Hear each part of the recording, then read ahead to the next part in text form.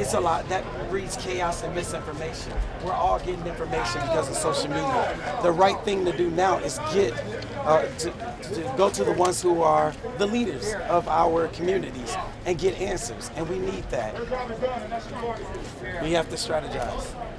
This is Tonya McClean. And it's just important that we, as a community, the leaders of this community get together and we're on one accord. Nothing's going to happen if there are groups fractioned off over here and over there.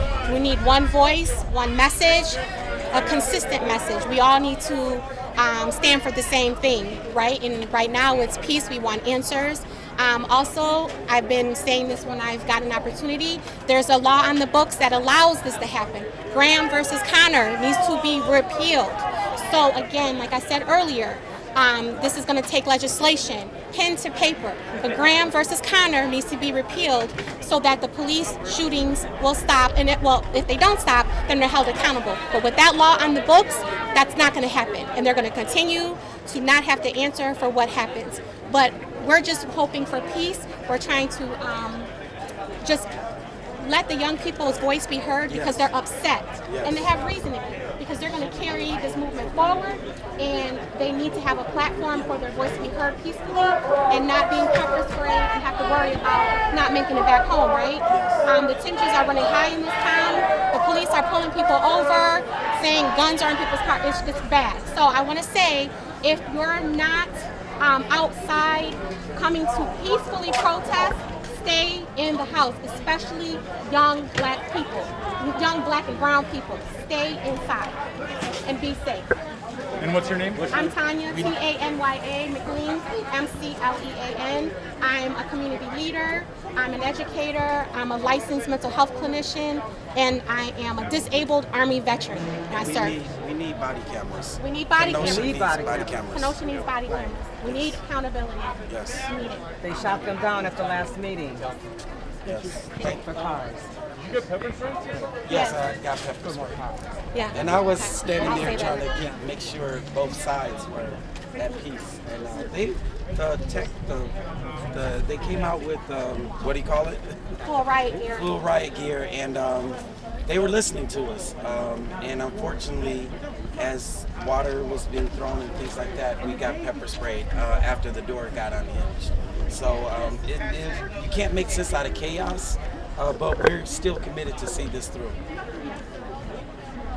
Thank you. Now, gentlemen, I would like to say something. You said it was okay. I'm Bishop Frank Jackson from Chicago. I'm with an organization called Americans Resisting Minority Ethnic Discrimination. Around the country, we're known as ARMED. That's our acronym.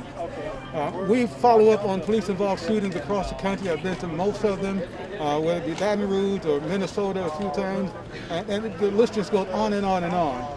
But one of the things that I wanted to say, we are here to this isn't a photo op for us.